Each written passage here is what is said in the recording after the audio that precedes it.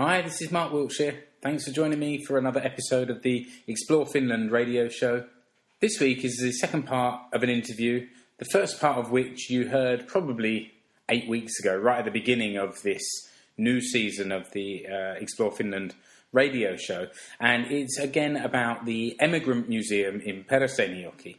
In the first episode, we kind of walked around the museum and talked about the phenomenon of emigrants leaving Finland and going overseas to seek their fame and fortune. And this week, we went to the outdoor section of the museum where they are starting to reconstruct buildings that have a connection to emigration from Finland. So there was one house that was from nearby Ilmajoki, but it was built using money that was made when somebody went overseas to make their fortune. Then there's two other buildings, one that was transported from Australia and reconstructed in Peräseinäjoki, and another that came from Siberia. You'll get a bit of an idea of the work that Tella Lahti at the Immigrant Museum in Peräseinäjoki is trying to do. So I'll head over there now and you can hear what she had to say when I met up with her in the summer of 2015. Tella, thank you for joining me today. Thank you so much for visiting us. We called it American House, Hakala American House, but it's not from America, it's not transported from there, but it's built by money that Matti Hakala earned when he was working in Michigan at railways. Okay. So that's why. But it has a lot of immigration history because the grandson, Esa Hakala, he's been in the States. He's been living in the States since 60s, more than 40 years now. And he's the one who wanted this building to be transported here and wanted it to be donated to us. Transported from where? Ilmajoki. It's right, okay. Around 1 hour from here. Yes. Yeah. So not far away. But it was around 100 years ago. He was less than 10 years working in Michigan. So that's the usual way. They went there for maybe 5 years, 10 years and earned lots of money, enough for building a house when they came back, returned to Finland and came back to their families. That's what happened to this Matti Hakala, and Esa Hakala is grandchild, and he's visited us every summer since this was rebuilt here, and it was 2008. From Michigan? Well, he's living in Florida actually at the moment. Okay. Yeah. First he was working in Maine. But I've had a few people contact my website because they've heard the podcast from America saying, I like listening to what you're saying. I really must stop putting it off and make a trip over here. And I think that shows there's no excuse. They must come and visit. These people who call themselves American Finns, many generations removed from the original emigrants, but they still have that connection here. So come on, guys, get yourself over here. No excuses now. Yeah, that's true. Yeah, they're very interested in Finland. And when I've been to FinFests, like since this museum was founded, I've been at FinFest since that for almost every year in different parts, different places in the United States. And I've had postcards of, for instance, this World of Trails first building, and I've seen they like them. They adore that kind of a house. It reminds them something about Finland that their grandparents maybe told about or something. And this is a sort of traditional Etelä-Pohjanmaa house from that sort of era. Yeah, Southern Ostrobothnian farmhouse, the smaller type, actually. The very famous Southern Ostrobothnian farmhouse is a two-storied house with larger, bigger. But this is as usual, this type. And painted in this very traditional red. Oh, yes. Well. Yeah, that's one thing, yeah. Yes.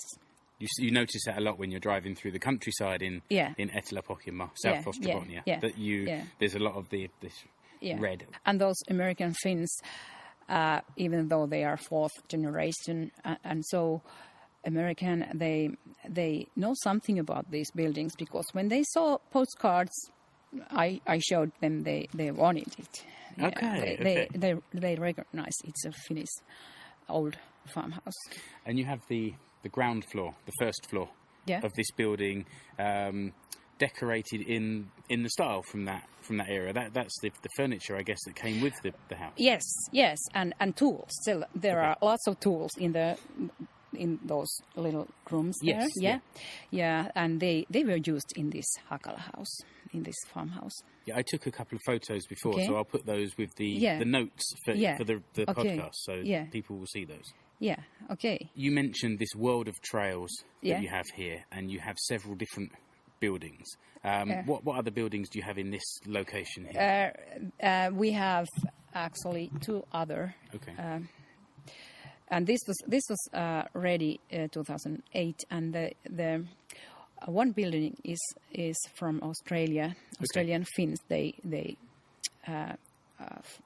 found it. They were looking for that, and they sent it. Like, actually, this container is the one they had it in. So the house was shipped over in this shipping it was container. It was in the building, all the furniture, dishes, everything they wanted to donate to us. Okay. Of course, we had to pay the transportation and the rebuilding here, and we got EU support for that, and that's we have had lots of EU projects here, and for this Hakala house rebuilding we got support from the Ministry of Education, the government of Finland.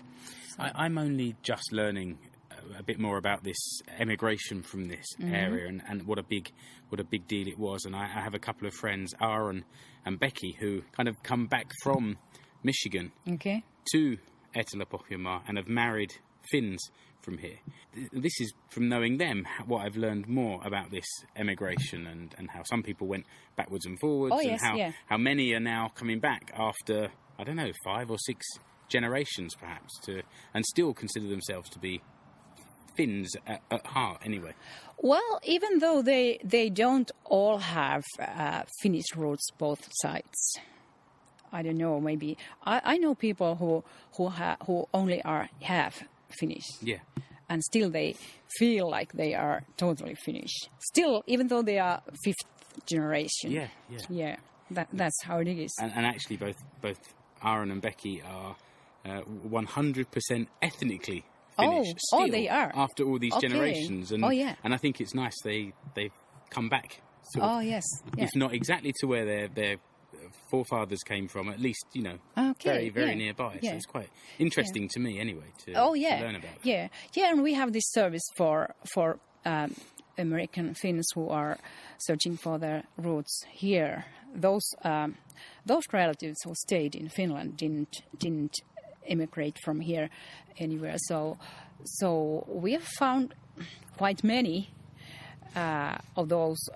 Actually, we have helped them to find the relatives that are living at the moment, and so it's very popular. It's been like some years now. They come from Canada or the States, and they tell us who their descendants.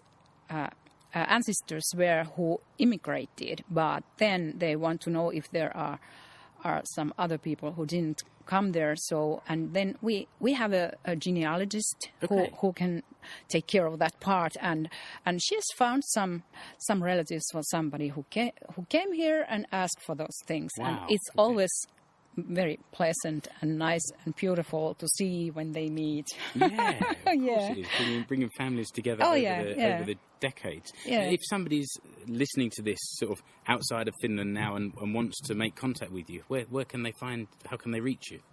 Well, we have website, www.emigrantmuseum.fi. Yeah, okay. That's one. Yeah, okay, that's fine. And it's the same in Finnish to Siirtolaismuseo, www.siirtolaismuseo.fi. Yeah, So they both come to the same place. I'll put the links to those in the show notes as well. It just makes things a little bit easier for people. Yeah. I know a lot of people listen to podcasts when they're doing something else and don't always have a pen and paper to hand. So it's true. I'll put the links there and they can find those and hopefully find you if that's useful to you. Yeah. Should we take a walk to the next house? Yeah, we could go to the Australian building. Okay, let's do that. Yeah. So we're here at the second building now. This is the building from Australia. What type of building is this? It's very different to the Finnish farmhouse we were looking at. Oh yeah, this is from Queensland, Australia, and this is barracks for workers at a sugarcane farm. Okay. Yeah. And it wasn't owned by a Finnish family. No, it was owned by an Australian farmer who owned the sugarcane farm there. And this was built 1920s, and it was used till 1964. Okay. And it's a very different construction. The farmhouse we looked at just now was a wooden, very traditional wooden building. This is corrugated metal, pretty much. Yeah, it is. And the structure, or how do you call it, is it's eucalyptus tree. Right. Okay. Yeah. So obviously the native wood from Australia, where it was made. Yeah. And this was packed up like some huge Lego kit and put in the container, and you received it in pieces with some nice instructions, I hope, telling you how to put it back together. Yes. Okay. They had marked the walls and the parts here so that our contractor could do it, could make it, rebuild it.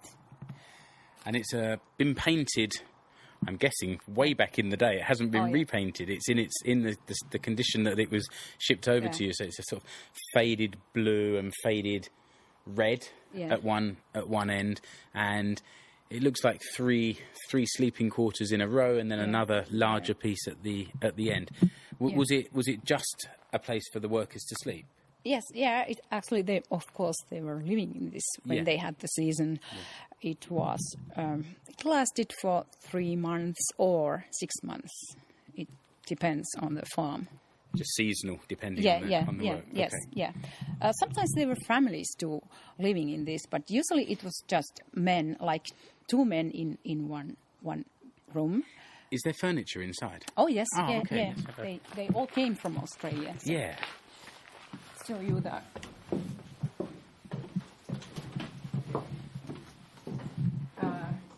They didn't have lots of furniture here, but they had beds and table and chairs. And a metal window. It's not really a window. It's a hatch in the corrugated iron that's just sort of propped open. Push it out there. So that's how it is, and you can see here the tools they were using. They cut the sugar cane. Yes. Okay. And they had those kind of knives. Yeah, it's like it looks like it's like a paddle, really. It's like a very short paddle for a canoe or a kayak, or a long stretched out table tennis bat. It's that kind of shape. I'll take a picture in a moment and put that with the show notes as well. Yeah. And there's some clothes. These shirts are for the workers. They were using this. These are woolen, and they were good, even though it was a tropical climate. But still, they were using this. They wore wool. Yeah, wool. Wool when they were working in Australia, cutting the sugarcane. That sounds. Yeah, weird. But it does. Yeah, that's but true. Still, and these are the original. Yeah, they are original from Australia. Yeah. With this Oshkosh brand, which I somewhere in my mind I think has kind of got trendy in the last 5 or 10 years. Yeah. Well, should be.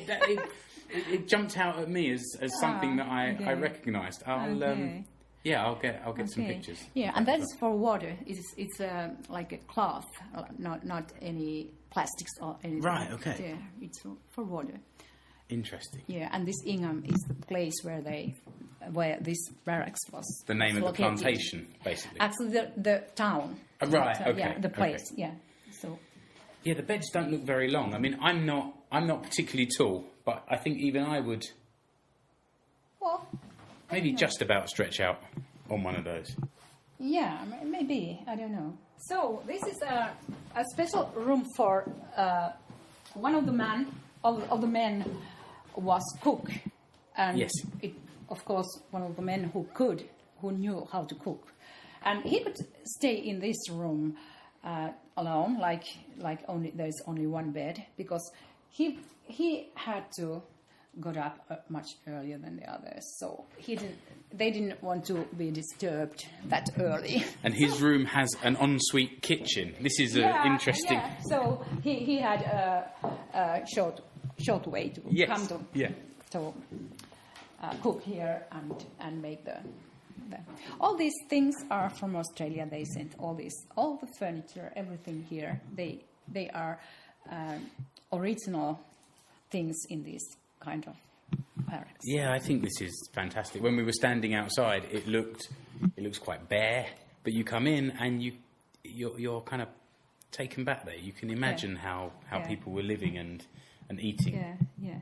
So this is the only glass window they had here in the kitchen. They had a huge barrel. Yeah, a barrel out there where they waited for the rain water to come. Yeah. So, and they took it here and they made the dishes here.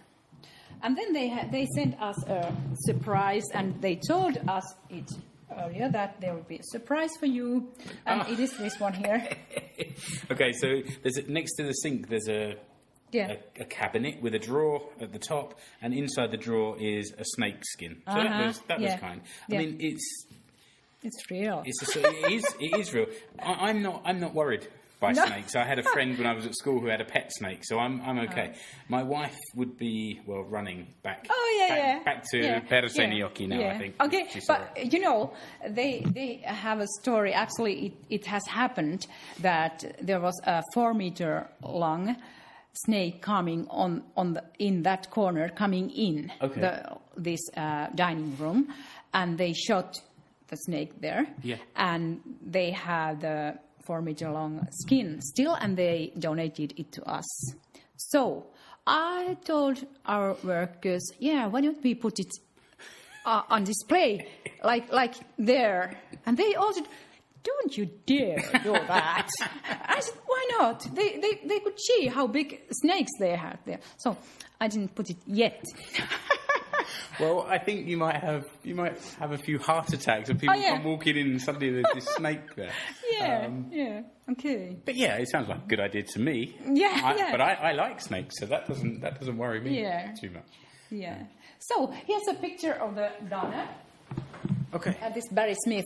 Yeah. His grandfather owned the farm where this was located. It's definitely a worthwhile project. When you hear of people moving buildings, it sounds crazy, but when you're actually able to walk around it and get a feel for the history of Finland as much as anything else, it's definitely worth it. When they took this down, there's a video about that, and we've seen it, of course. They gave us a copy of that. So it was hard work, I would say. Is that available online? Or No. Okay. But we have it. We have shown it to the audience at least once.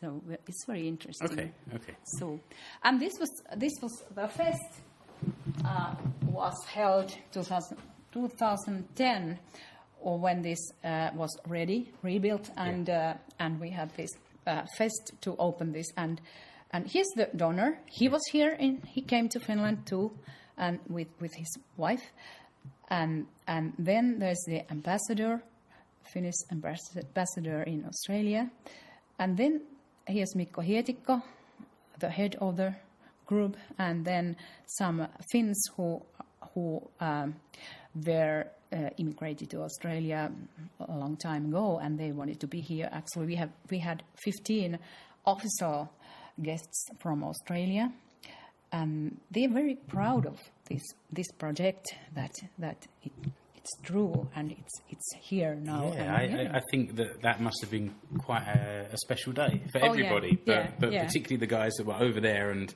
sort of made it happen from that side. Yeah, and here you can see that it's in the eastern coast, this Ingham, where this is from Queensland here, the place where this barracks is from. They also sent us the very heavy thing. It's the wagon. From Australia, yeah, okay. From the wagon, they were when they cut the sugar cane, they put it in this and they transported it in the farm. Okay. And there are rails. They sent these too. Wow. So you can imagine how heavy it was. So the container.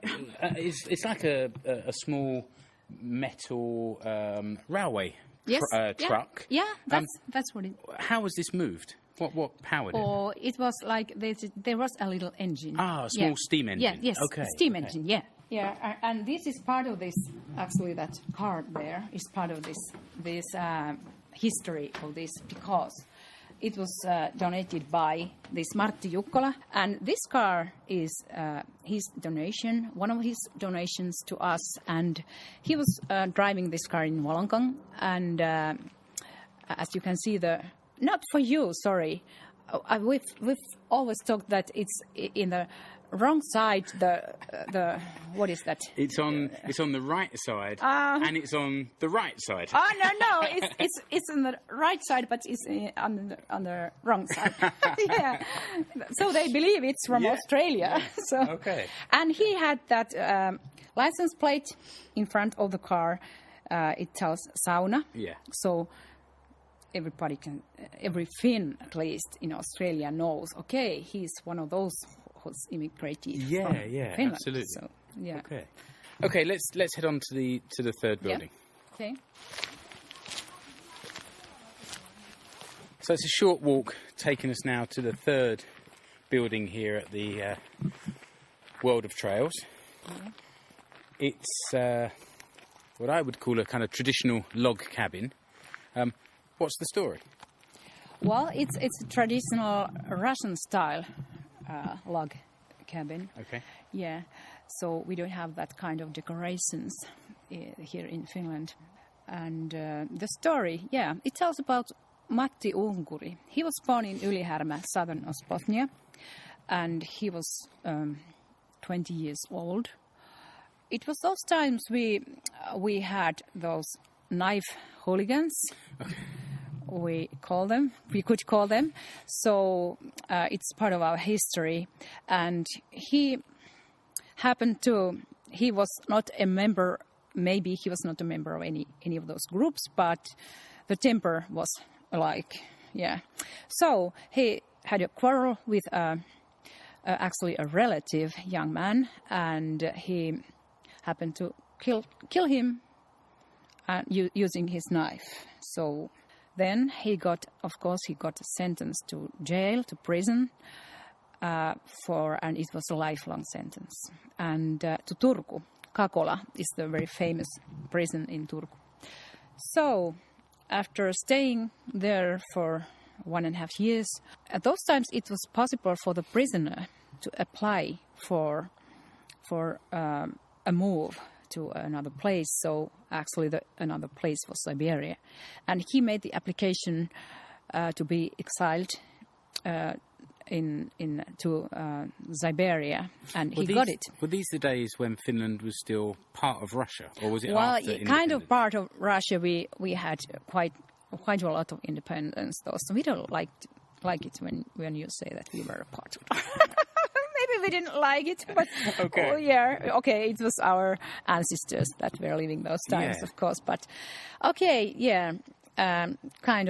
had an autonomy. Yes, so that's a different thing. So you can't really say we were totally part of that.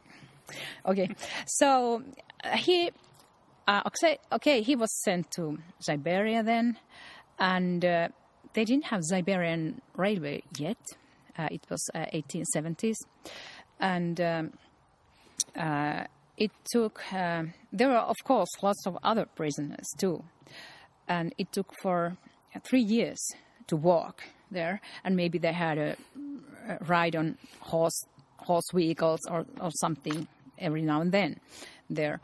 So then he had to work in a mine. It was salt mine there in Omsk area, and after some years he was free, but was not allowed to return to Finland. Never. Okay. So he started working as a servant at a farmhouse, and he was very, very kind, and they liked him, and he was a very pleasant person and hard worker, as Finns are, and actually they liked him that much that even the daughter of the farmhouse that he got married with. Okay. Yeah, so he made a mistake, but he kind of turned his life around. Oh yeah, after yes, some years. yeah, Okay, yeah. good. And then he wanted to build a new, beautiful house for the family, for the children to come, and so. And then he built this building. There is a story, a couple of stories about him coming back to Finland, coming over to Finland, walking the whole trip because he wanted to see his mother one more time. And I'm sure he did it at least once. And they tell that he wanted to get tools from home because they didn't have those in Siberia. Maybe that's true. We have one of those tools in the house there. That might be one of those he was taking with him when he had to return back. So he went home to Ylihärmä. Mother had died already, maybe previous year, but father was there. His father was there, and but he couldn't stay there for more than maybe one day because the family of the young man he had killed was there close. That's why he had to return to Siberia that soon. It's a long journey for a one-day visit. Yes, yeah. So that's why I can't tell it's totally true. But I mean the part that he stayed there only one day or so. But maybe he built this house for the family, and this. Justina Andrejeva was the wife. She had been married earlier and she had 2 children already. But then altogether there were 11 children in this building. It doesn't look such a big house from the outside. In the old days, some of the children were adults, and then so they didn't all live here all their lives. Yeah. So, but I'd like to show you the windows, the decorations above the windows here, and that's the Russian Siberian style decorations. And there's also this decoration underneath the eaves as well, this sort of zigzag pattern. Yeah, you're right. It's different to what you notice in Finland. Yeah. So, and also the floor is higher than we used to have here. You can see it inside the house. Yeah. Let's have a look. And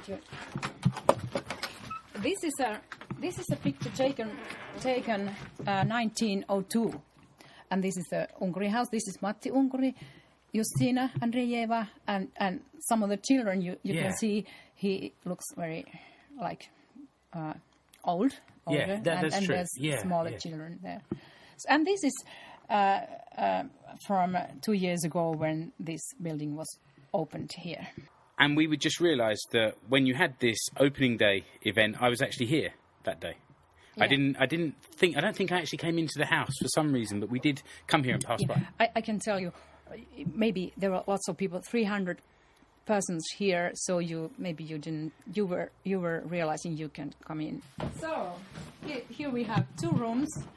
And I can see what you mean about the floor already. Yes, you're much higher than the windows. Oh yeah. Or the windows seem much lower. Why was it made like that? For the heat, that they could keep the heat in the house. Because it wasn't on the ground, it had some space. Yeah, okay. That's how they explain it.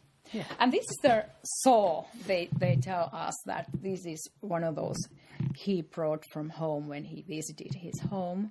Of course, he had to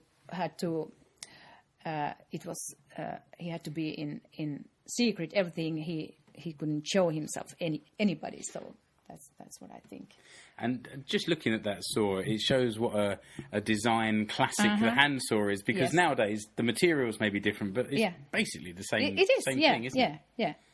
It is. Yeah. With a little bit of work sharpening it, I dare say it probably would still work. It could work. Yeah. If anyone can hear squeaking and creaking, that's the floorboards. That's not me making those noises. Yeah, because they didn't want to.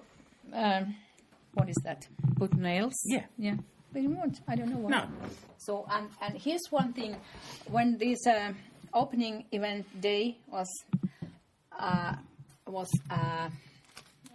2 years ago. So one of the guests from Russia, he was Andrei, is the first name. He's the fourth generation after Matti Unkuri. And when he came in here, he just went to the corner and put this icon. Really? Icon picture there. Nice. Yeah, yeah. Yeah, a small religious icon up in the corner of the room. Yeah, yeah. And then below it is a small text in Finnish. Yeah, and this is his cousin, another fourth generation after Matti Unkuri put this text. And so was this something that was done in Russian houses in those days? Maybe, yeah. It's a cultural thing there. Yeah. It was important for this guy to do because that as soon as he came did in. it first and then started to look around. Okay. So this house for up to 11 children. Yeah. It's basically 2 rooms. Yes. Yeah. Yeah. Yeah, but any idea how rooms. they would have been? Well, they are large rooms. Yeah, I just wonder how they were used in those days. Any ideas? Was one room for sleeping and one for living, or did they? Well, they were sleeping in both. Yeah. I think sleeping in both. That's the usual way in the Western Finland farmhouses. Some people, like servants, were, if they didn't have any special house for them, they were living in the tupa, the like the living room kitchen thing. Yeah. So, yeah. Okay. Yeah. Yeah, and I can see through there in the other room these bunk beds. Two-story bed. Yeah, two-story bed. And it comes from his Ostrobothnian side, like he wanted to have something Ostrobothnian in the house. It's interesting because a few years ago we went to the museum at Ternava in Seinäjoki, where it's got all the different buildings there from this region, and we went into the manor house and they had these bunk beds, and then my wife's parents have got some land just a little bit the other side of Peräseinäjoki, where we are now, which we call the Vanha Rantasaari house, and that has the same thing. And, it's very much typical, from this area. Every farmhouse had those. Actually, it was typical to have 2 of those in a larger living room, like tupa room. And I guess because if the cooking is done in a certain room, then that's the room that has a lot of heat, so that would perhaps be where they would sleep as well. Well, yeah, but there are lots of room, and that's a tradition. Yeah. So, yeah. So, and here we have some pictures. The Support Association of the Finnish Emigrant Museum had a trip to this Siberia region, where we had heard about.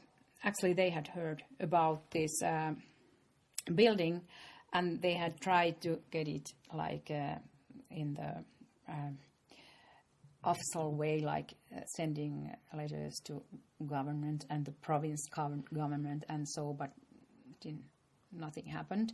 But then they wanted our vice chair Olavi Koivukangas. He wanted to have a trip there to check if the building still is there and what's the condition. And so they met this person, and they found out that he is the owner of this house. Okay. And he's a young man, 30 year around, and Alexander, and he's the 5th generation after Matti Unkuri, straight down. So he, of course, when he knew about this wish we had, he donated this building to us, and then it was very they weren't easy. using it at the time. No, I guess so. Nobody was using it. It was abandoned for 10 years earlier, and there were some neighbors. They took wood for fireplaces, and it was kind of a salvation brigade when we wanted this. It's being looked after and cared for better than it was there. And we're very grateful for him that he immediately, when he knew about this, that he wanted to donate it. And wallpapers, actually, they used to have newspapers on the wall too. Yeah, you can just about see. There was a person who can read Russian language, and he told us that there's a name of a very famous newspaper in there, those letters. So. Yeah, it's interesting. Some of the walls look like they're painted, but maybe that's blue paper or... but then there's white paper on top from the newspaper. That blue color is one of their favorite colors. It might have been blue. Right. Okay. Maybe some parts of it. Yeah. At least. Yeah. It's a fantastic building along with three other fantastic buildings here. And it's a beautiful setting alongside the Kalijärvi Lake here in Peräseinäjoki. Tella, thank you very much for taking your time to talk to me. Thank you. Okay, so thanks again to Tella for taking what turned out to be almost an entire afternoon out of her schedule to spend it talking to me. But we got 2 interesting episodes out of it. I hope you found it interesting as well. Remember to head over to your podcast player and to rate and review the show. It all helps me get the word out there about the Explore Finland radio show and helps me grow the audience here. Remember, you can also find me on social media outside of the actual podcast itself. So you'll find me on Facebook, on Twitter, Google+, and Instagram. Just wanted to take a few moments to say thank you and hello to a few of the people that have recently started following on Twitter. So if you hear your name here and you've recently started following me, then it's probably you. I'll keep it with first names rather than long, complicated Twitter handles. But here we go anyway. So to KP, to Mika, and to Ari. Also got Samuli and Johan, Konsta, Adam, Ben, and Timo. All individual people that have started following me, and the Twitter handle is @ExploreFinland. And then also a couple of companies or organisations, so @Extreme Island and @Matintupa. And Matintupa is actually a place that I visited a few weeks ago to record a future episode about a particularly special cinema near to where I live here in South Ostrobothnia. So that will be coming up after Christmas. There will be one more episode before Christmas where we talk about Finnish food and, of course, Finnish Christmas food. Then I'll be taking a couple of weeks break and then coming back in the new year with 4 or 5 more episodes as we head towards the end of season 2. So thanks again for listening. Remember also you can follow the show through the website, so explorefinlandpodcast.com, and if you want to like the page there, you'll also get updates from me there whenever I publish something. Until next week and the Christmas themed episode, then thanks again for listening. Bye-bye. And there's my phone. That's not very professional, is it? Hold on 1 second. Well. Who's calling? Important. Hi, Lynn. It's a very bad time because I'm actually recording the podcast at the moment. Can I call you back? Okay, bye.